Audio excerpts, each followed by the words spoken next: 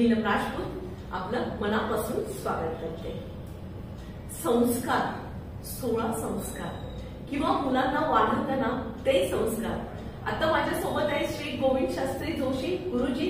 Neelam talk show मध्ये तुमचं मनापासून स्वागत करते की आता मी बोलले की 16 संस्कार कोणते संस्कार असतात, केव्हापासून हे संस्कार सुरू होतात? नमस्कार। सर्व लोकांच्या समोर संस्काराविषयी तुम्ही जो पहिला प्रश्न विचारला त्याबद्दल तुमचं अभिनंदन करतो। कारण सध्याच्या जगामध्ये संस्काराविषयी माहिती असणं ही फार मोठी गरजेची गोष्ट आहे। आपल्या शास्त्रामध्ये मनुष्याला जन्माला घालण्यापासून ते मृत्यूपर्यंत मुख्य एकूण 40 पेक्षा अधिक संस्कार सांगितलेले आहेत, परंतु त्यातले मुख्य 16 संस्कार आहेत। त्यातला प्रथम संस्कार म्हणजे मातेच्या गर्भाच्या ठिकाणी केला जाणारा जो संस्कार आहे त्या संस्काराला गर्भाधान संस्कार असं म्हणतात। की ज्या संस्काराने मातेचा जो गर्भाशयाचा भाग आहे, अवयव जो आहे हा शुद्ध होऊन जातो आणि मग त्या ठिकाणी गर्भधारणा होते। पहिला संस्कार झाला गर्भाधान संस्कार। त्यानंतर 2 महिन्यांनी पुंसवन संस्कार सांगितलेला आहे। त्यानंतर सीमंतोन्नयन संस्कार आहे। त्यानंतर अनवलोभन संस्कार आहे। हे सगळे संस्कार पहिल्यांदा गर्भधारणा होण्याकरता केलेला संस्कार, नंतर गर्भरक्षणाकरता म्हणून केले जाणारे संस्कार आणि त्यानंतर विष्णुबली म्हणून एक संस्कार सांगितलेला आहे की ज्याच्यामध्ये भगवान विष्णूच्या मंत्रांनी भाताच्या आहुती घातल्या जातात आणि त्याच्या योगाने आपल्या मातेच्या उदरातल्या गर्भाचं उत्तम अशा प्रकारे रक्षण केलं जातं। ज्याप्रमाणे महाभारताच्या काळामध्ये उत्तरेच्या गर्भामध्ये ब्रह्मास्त्राने तिच्या गर्भाचा विनाश होऊ लागला, परंतु भगवान श्रीकृष्णाने आपल्या चक्राने तिच्या गर्भाचं रक्षण केलं। तसा विष्णुबली नावाचा संस्कार जो आहे हा 8व्या महिन्यामध्ये करायचा संस्कार, त्यांनी गर्भाचं रक्षण केलं जातं। त्यानंतर 9 महिने 9 दिवसानंतर बाळाचा जन्म होतो। जन्म झाल्या झाल्या त्याची नाळ कापायच्या पूर्वी एक संस्कार, त्याला जातकर्म संस्कार म्हटलं जातं। त्यावेळेला बाळाला मधामध्ये आणि तुपामध्ये उगाळलेल्या सोन्याचा अर्क चाटवायचा असतो की त्याला बल प्राप्त व्हावं। तो संस्कार झाला की पुढे म्हणतात नामकरण संस्कार। व्यवहारामध्ये नावाशिवाय काही चालत नाही, तेव्हा नामकरण संस्कार करायचा, ज्याला आपण बारसं म्हणतो। बारसा हा शब्द कसा पडला तर 12व्या दिवशी करतात म्हणून बारसा, म्हणजे नाव ठेवायचा कार्यक्रम, पाळण्यामध्ये ठेवायचा कार्यक्रम, कान टोचण्याचा, हे बारीक बारीक मध्ये मध्ये आलेले संस्कार आहेत बरं का। त्याचे कान टोचणे, पाळण्यामध्ये त्याला ठेवणे, हे संस्कार आहेत। तेव्हा पाळण्याची पूजा करायची आहे। पाळण्याची पूजा करून त्या सोनाराला सुद्धा कुंकू लावायचंय, त्याने आणलेले त्या कान टोचायचे ज्या रिंगा असतात त्या छोटे छोटे डूल, त्याला सुद्धा गंधफूल वगैरे व्हायचंय आणि त्यांनी कान टोचायचे। त्याला कर्णवेध असं नाव आहे, कर्णवेध। त्यानंतर म्हणतात प्रथम अन्नप्राशन,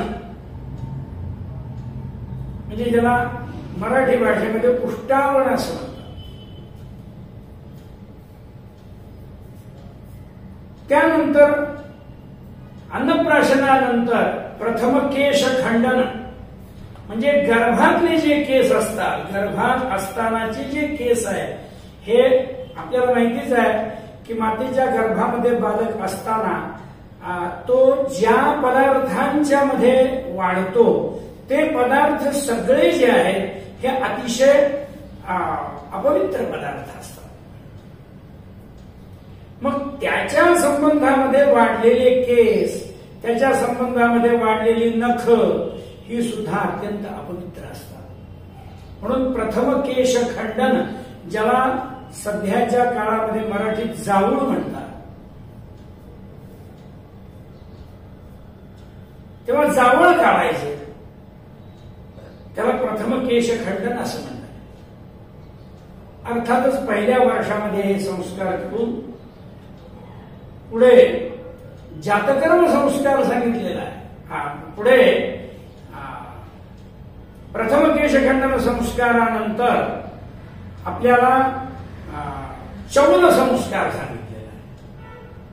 जातकर्म झाला, नामकरण झाला, अन्नप्राशन झाला, प्रथम केशखंडन संस्कार झाला, त्यानंतर चौल संस्कार म्हणजे आपल्या शास्त्रामध्ये शेंडी राखायला सांगितलेली आहे. हिंदू संस्कृतीतला मनुष्य म्हणजे त्याला शेंडी नाही असं असू शकत नाही. शेंडी हे असायलाच पाहिजे. ज्याला चुडा कर्म म्हणतात, ज्याला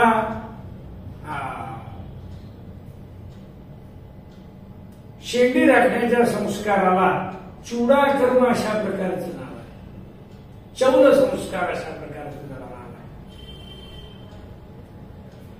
अर्थातच याच्या पाठीमागचं शास्त्रीय कारण असं आहे की त्याचे जे लहानपणीचे केस वगैरे आहेत ते सगळे केस काढून टाकल्यानंतर त्याला खायला घातलेल्या अन्नाचे रस जे आहेत हे केसानखांच्याकडे न जाता त्याचं बल वाढवण्याकरता उपयुक्त व्हावं.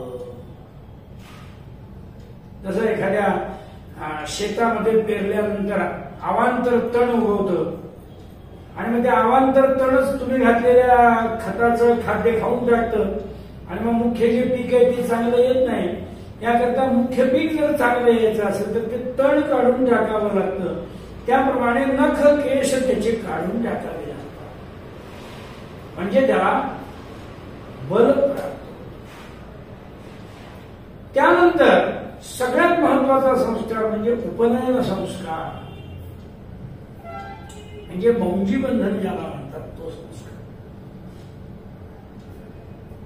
ज्याला उपनयन म्हणजे ब्रह्मचर्याश्रमामध्ये त्याचा प्रवेश होत असतो. गुरुच्या जवळ ज्याला नेऊन सोडायचं असतं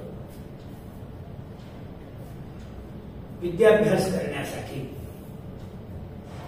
ब्रह्मचर्याश्रमाची त्यावेळेला प्राप्ती होत असते.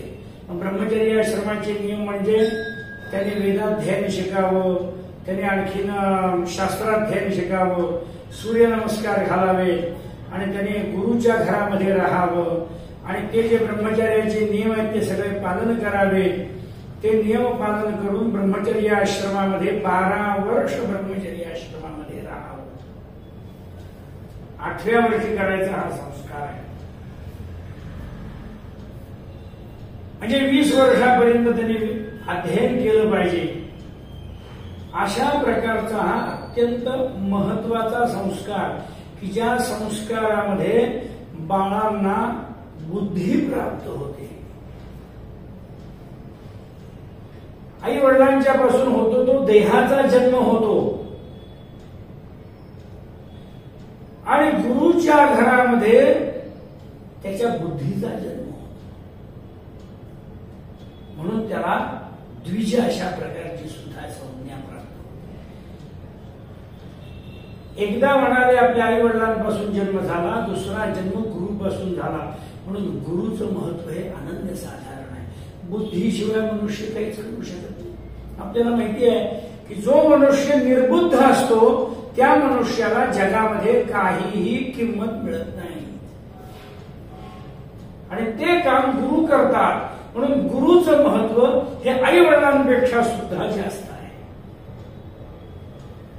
त्याला उपनयन संस्कार असं म्हणतात, त्याला व्रतबंध संस्कार म्हणतात, त्याला आपल्या मराठी भाषेमध्ये मुंज असं म्हणतात. अर्थात मुंज या शब्दाचा अर्थ मुंज नावाचं गवत आहे, ज्याला आपण त्या गवताची दोरी तयार करून ती कमरेमध्ये बांधतो आणि तो संस्कार करतो. त्यानंतर मेधाजनन संस्कार. मेधा म्हणजे बुद्धी. हा मनुष्य मेधावी आहे. मेधावी आहे म्हणजे काय? बुद्धिमान आहे. तो मेधाजनन संस्कार सुद्धा अत्यंत महत्वाचा आहे. मुंजीनंतर उपनयन संस्कारानंतर 4 दिवसांनी मेधाजनन संस्कार केला जातो आणि मेधाजनन संस्कारानंतर जेव्हा त्याचा अध्ययन पूर्ण होतं त्यावेळेला आणखीनही मध्ये संस्कार, ज्याला सोडमुंज म्हणतो आपण, म्हणजे ब्रह्मचर्य आश्रम सोडून द्यायचा असतो, ज्याला संस्कृतमध्ये समावर्तन संस्कार, गोदान संस्कार म्हणतात. गुरुच्या घरामध्येच सोडमुंज करायची, गुरुला गोदान करायचं, हे सगळे संस्कार करून तो काय होतो? ब्रह्मचर्याश्रम सोडून गृहस्थाश्रम स्वीकारण्यासाठी सिद्ध होतो. अत्यंत सुंदर व्यवस्था केलेली आहे आपल्या शास्त्राने. प्रत्येक मनुष्याला संस्काराने घडवण्याची व्यवस्था केलेली आहे आणि मग त्याचा म्हणतात विवाह संस्कार केला जातो.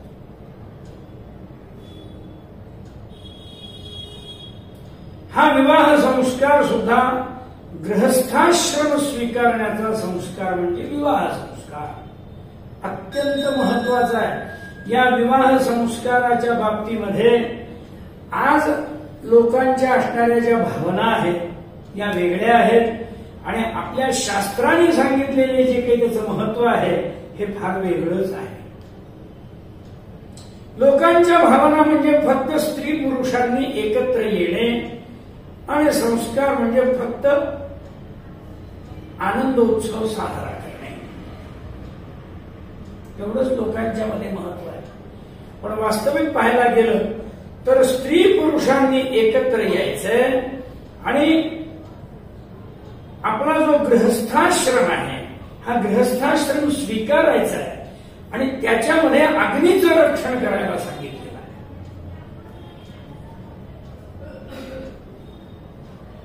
हे अग्नीचं रक्षण करायचंय अशासाठी की आपल्याला स्वर्गाची प्राप्ती व्हावी, आपल्या पितरांचं कल्याण व्हावं, पितरांना उद्धाराची गती प्राप्त व्हावी म्हणून श्राद्ध पक्ष पितृकर्म करायचंय, यज्ञ यागादी करून देवता कृत्य करायचंय. त्याच्यामध्ये आपल्याला कुलदेवतेसाठी म्हणून पुष्कळ काही करणं अत्यंत आवश्यक आहे.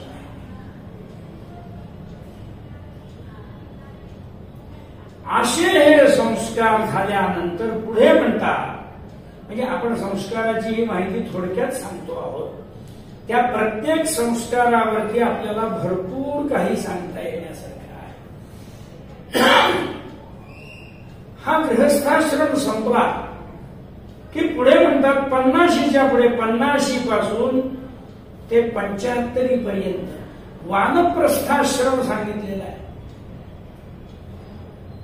म्हणजे वनामध्ये जाऊन राहायचं आहे आणि वनामध्ये जाऊन यज्ञ याग पूजा अर्चा करून तपश्चर्या करून आपल्या शरीराला संन्यास घेण्याच्या योग्यतेपर्यंत घेऊन पोहोचवायचं आहे.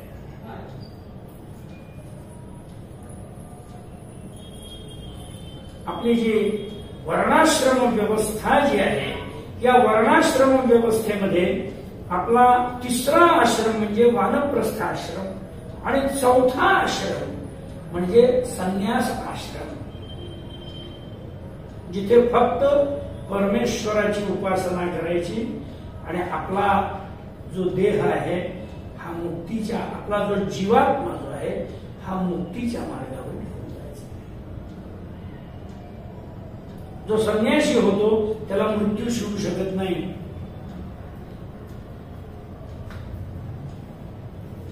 म्हणून संन्यास घेऊन शेवटी मनोमोक्षे निवेशे,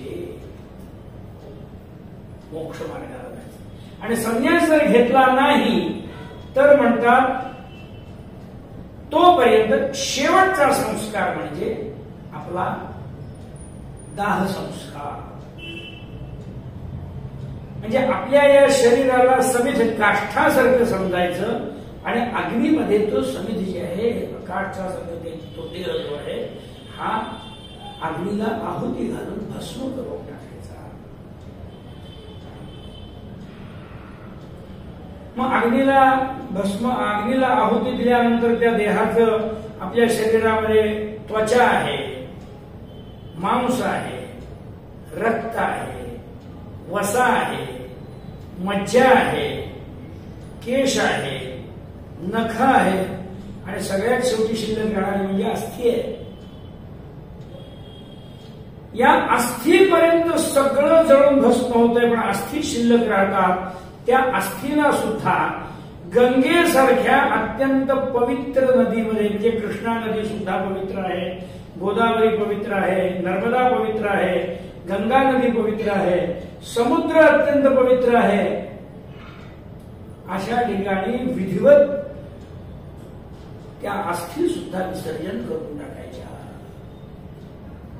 ज्याच्या योगाने जिथे जिथे जीवाचा संबंध असतो तिथे तिथेपर्यंत सगळ्या गोष्टी या पंचमहाभूतामध्ये विलीन करून टाकायच्या आणि त्या जीवात्म्याला परमात्म्याच्या ठिकाणी जाण्याचा मार्ग मोकळा करून द्यायचा, त्याला मुक्ती प्राप्त करून द्यायची. अशी ही आपली अत्यंत उत्तम व्यवस्था आहे. विवाहानंतर आपल्याला प्रजा झाली पाहिजे, मुलं बाळ झाली पाहिजे. कशासाठी झाली पाहिजे मुलं बाळ?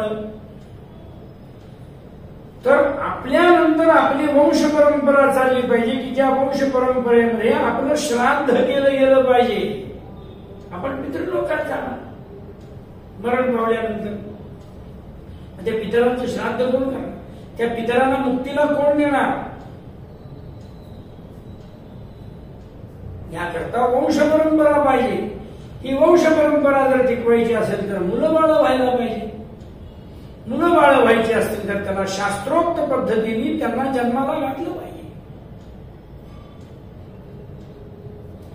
अशी ही आपली भारतीय परंपरा संस्कारांनी युक्त अशा प्रकारची आहे.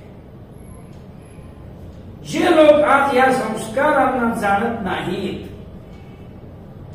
आणि केवळ जीवन म्हणजे आनंद भोगण्यासाठी म्हणून प्राप्त झालेला आहे, पूर्वजन्म पुनर्जन्म काही नाही, हे केवळ अज्ञानमूलक अशा प्रकारचं संभाषण आहे. अज्ञान आहे. आम्ही कधी पूर्वी नव्हतो, पुढे ज्या असणार नाही, आता हा जन्म आहे, मग या जन्मामध्ये फक्त आनंद भोगा. भस्मीभूतस्य देहस्य पुनरागमनं कुतः, जळून गेल्यानंतर त्या देहाचं पुन्हा काय होणार आहे? त्या आत्म्याचं पुन्हा काय होणार आहे? आत्मा म्हणजे देहच. देहाला बरं वाटलं की आत्म्याला बरं वाटलं, पण असं वास्तविक नाहीये. हे प्रश्न असतात. पण वास्तविक देह हा पंचमहाभूतापासून आपल्या जीवात्म्याला प्राप्त झालेलं एक कवच आहे, भोग भोगण्याचं साधन. दुःख जरी भोगायचं असलं तरी देह पाहिजे, सुख भोगायचं असलं तरी देह असायला पाहिजे. आणि आपण पूर्वी केलेलं कर्म त्याशिवाय भोगता येत नाही. सुखही भोगता येत नाही, दुःखही भोगता येत नाही. ते भोगण्याचं साधन म्हणजे देह आहे. देह हे मुख्य नव्हे, देह म्हणजे आत्मा नव्हे. आत्मा हा देहाचा आश्रय करून राहिलेला आहे. त्या आत्म्यावरती संस्कार करता करता करता करता शेवटी असं झालं पाहिजे की या देहाचा त्याग करण्याची सुद्धा आपल्या ठिकाणी बुद्धी निर्माण झाली पाहिजे. याला म्हणायचं जीवन.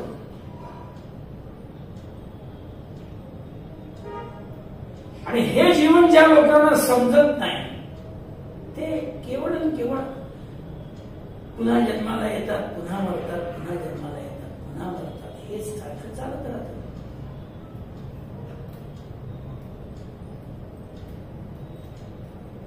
किंवा या जन्म मरणाच्या फेऱ्यातून जर आपल्याला मुक्ती मिळवायची असेल तर आपल्या जीवात्म्यावरती असे संस्कार केले पाहिजेत.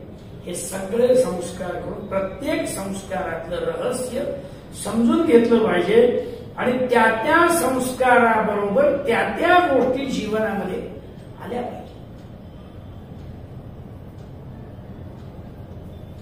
म्हणजे म्हणतात मनुष्याचं संपूर्ण कल्याण होतं.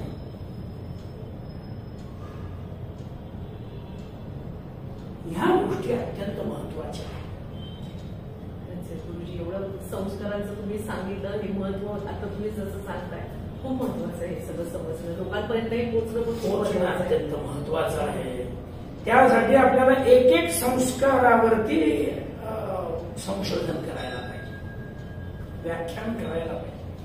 काय एक एक संस्कार काय काय कर्माधान संस्कारात काय घडतं, का करायचं, का करायचं, पुरुषवन संस्कारात काय घडतं, अनवलोभन संस्कारात काय घडतं, काय याचा अर्थ आहे, सीमंतोन्नयनाने काय घडतं. म्हणजे आता आपण उच्चार केला कोणत्या कोणत्या, गर्भाधान, पुंसवन, अनवलोभन, सीमंतोन्नयन, विष्णुबली, जातकर्म, नामकरण, अन्नप्राशन, प्रथम केशखंडन, शौल, उपनयन, विवाह संस्कार आणि मध्ये मध्ये छोटे छोटे सांगितलेले कर्णवेध संस्कार आहे. आणखीन काय तुमचं पालकारोहण संस्कार आहे, वगैरे वगैरे असे छोटे छोटे छोटे मोठे संस्कार आहेत. असे मिळून 40 संस्कार सांगितलेले आहेत आणि त्या प्रत्येकाचं शास्त्रोक्त महात्म्य आहे. घ्या, अनुभव घ्या. म्हणून लोकांच्या समोर माझं असं सांगणं आहे की या सगळ्या गोष्टीचे अनुभव घेऊन मग याचं महत्व जे आहे हे काय आहे ते लक्षात घ्यावं लागेल. आपण फार चांगल्या प्रकारचे प्रश्न विचारले. आता ह्याच्यामध्ये आणखीनही प्रश्न भरपूर आहेत आणि त्या प्रश्नांचे उत्तर सुद्धा आहेत. पण संवाद आपला वाढत जाईल. तो किती वाढेल तर आपण अक्षरशः 8 दिवस जरी एका ठिकाणी बसलो तरी सुद्धा हे संपणार नाही. इतकं भरपूर शास्त्र याच्यामध्ये सांगितलेलं आहे. अर्थातच सगळं शास्त्र या निसर्गाशी संबंधित आहे, कालाशी संबंधित आहे, पृथ्वी जल तेज वायू आकाश या पंचमहाभूतांशी संबंधित आहे, आपल्या आत्मोद्धाराशी संबंधित आहे, पितरांशी संबंधित आहे, कुलदेवतेशी संबंधित आहे. इतक्या सगळ्या लोकांशी संबंधित आहे. या सगळ्या लोकांचा संबंध त्याच्यामध्ये आणून प्रत्येक संस्काराचं महत्व जर आपण सांगितलं तर केव्हा तरी प्रसंगाने आपण ते सुद्धा करून लोकांच्या समोर मांडू. आजचा विषय या ठिकाणी आपण खूप खूप धन्यवाद गुरुजी. खरंच म्हणजे अजून किती तुमच्याकडून घ्यावं असा प्रश्न आहे. म्हणजे अजून वाटते अरे या विषयावर बोलावं, या विषयावर बोलावं. एवढं छान सांगताय तुम्ही माहिती की छान वाटतंय ऐकायला. लोकांना ते कळते, त्याचं न कळण्यासाठी काही नाहीच आहे. कळते, काहीतरी करतात असं नाहीये. त्या प्रत्येकाचं सशास्त्र विवरण केलेलं आहे आणि सगळं पंचमहाभूतांशी संबंधित आहे, निसर्गाशी संबंधित आहे, आयुर्वेदाशी संबंधित आहे. असाच अतिशय सुंदर आहे. संस्कारांच्या बाबतीमध्ये आपल्याला सविस्तर अशा प्रकारे किंवा तरी प्रसंगाने एक एक संस्कारांचा विषय आपल्याला बोलत आहे. त्यावेळेला मी तशाही प्रकारचा आपण काही माहिती लोकांच्या समोर प्रसारित करण्याचा प्रयत्न करूया. आज या ठिकाणी करूया. खूप खूप धन्यवाद गुरुजी. ओम स्वस्ती. वेळात वेळ काढून खरंच वेळ देतात गुरुजी आणि एवढी चांगली माहिती सांगताय. खरंच खूप खूप आभारी आहे. असेच वेगवेगळ्या कार्यक्रम पाहण्यासाठी लाईक करा, शेअर करा, सबस्क्राईब करा नीलम टॉक शोला. खूप खूप धन्यवाद. याविषयी प्रश्न विचारतात म्हणून तुमचं अभिनंदन. हे विषय घेते म्हणजे लोकांपर्यंत माहिती पोहोचायचं काम करते. हा पण माझा छोटासा प्रयत्न आहे की बघू लोकांना कळू देते. आणि तुम्ही खूप छान सांगताय. म्हणजे म्हणून मी तुमच्याकडे येते की नाही हे सांगा, हे असं पाहिजे, हे विषय पाहिजे तसं. आणि सांगता तुम्ही पण खूप छान सांगता. खूप खूप धन्यवाद. आभारी आहे. नमस्कार. नमस्कार. मी नीलम राजपूत. आणि गुरुजींची मुख्य म्हणजे मी ओळख करून गुरुजींना सांगतेय की तुमची ओळख करून घ्या की गोविंद शास्त्री जोशी. तर गुरुजी काय तुम्ही सांगा, तुमच्याबद्दलची माहिती सांगा. मी गोविंद सोमेश्वर शास्त्री जोशी, साताऱ्यामध्येच राहणारा, श्रीमदाद्य शंकराचार्य मठ, शनिवार माचीपेठ या ठिकाणी लहानाचा मोठा झालो. आणि पंडित काशीनाथ शास्त्री जोशी यांच्याजवळ शिकलो. आमचे वडील सोमेश्वर शास्त्री जोशी, आमच्या आईचं नाव सौ शैलजा सोमेश्वर शास्त्री जोशी. आमचं सगळं शिक्षण शंकराचार्य मठामध्ये झालं. आणि लहानपणापासून सगळी काही घडण आहे ती तिथंच घडलेली आहे. सध्याच्या काळामध्ये साताऱ्यामध्ये गुरुवार पेठेत उमाशंकर अद्वैत वेदांत विद्यापीठ नावाची संस्था आहे. ज्या संस्थेमध्ये आपण अग्निहोत्र घेऊन राहिलेलो आहोत, ज्याला श्रौताग्निहोत्र म्हणतात. या श्रौताग्निहोत्रामुळे आपल्याला अग्निहोत्री अशा प्रकारची पदवी प्राप्त आहे. पंडित प्रभाकर भट्ट कोटणीकर यांच्याकडे आम्ही आणि गजानन भट्ट भागवत, त्यानंतर गणेश भट्ट कोतोडेकर इत्यादी गुरुजनांच्याकडे आम्ही वेदांचं अध्ययन केलं. पंडित काशीनाथ शास्त्री जोशी यांच्याकडे शास्त्रांचं अध्ययन केलं. अशा प्रकारे अध्ययन करून सौ शैलजा आणि सोमेश्वर शास्त्री जोशी हेही मोठे पंडित होते आणि त्यांचा पुत्र म्हणून मी आहे. सध्या अग्निहोत्री आहे. माझ्याकडे सुद्धा सध्याच्या काळामध्ये 15-20 विद्यार्थी शिकत आहेत उमाशंकर अद्वैत वेदांत विद्यापीठ या पाठशाळेमध्ये. आणि श्री वैदिक धर्म संवर्धिनी सभा या नावे आपण एक ट्रस्ट संस्था निर्माण केलेली आहे. त्या संस्थेमार्फत एक गोशाळा आहे, एक अग्निहोत्रशाळा ती संस्था चालवते. आणि अनेक ठिकाणी धर्मप्रचार प्रसाराचं कार्य, भागवत सप्ताह, रामायण कथा, वेदपारायण ह्या सर्व गोष्टी आपल्या मार्फत होत असतात, आपल्या विद्यार्थ्यांच्या मार्फत होत असतात. आणि जगामध्ये आमचा उपयोगच हा कार्यच हे आहे की संपूर्ण धर्माचा प्रचार प्रसार करणे, आणखीन आनंदाने कसं सगळ्या समाजाला राहता येईल हा विषय सर्वांच्या समोर सांगणे. मी गोविंद सोमेश्वर शास्त्री जोशी अग्निहोत्री एवढा माझा थोडक्यातला परिचय आहे. खूपच ओम स्वस्ती.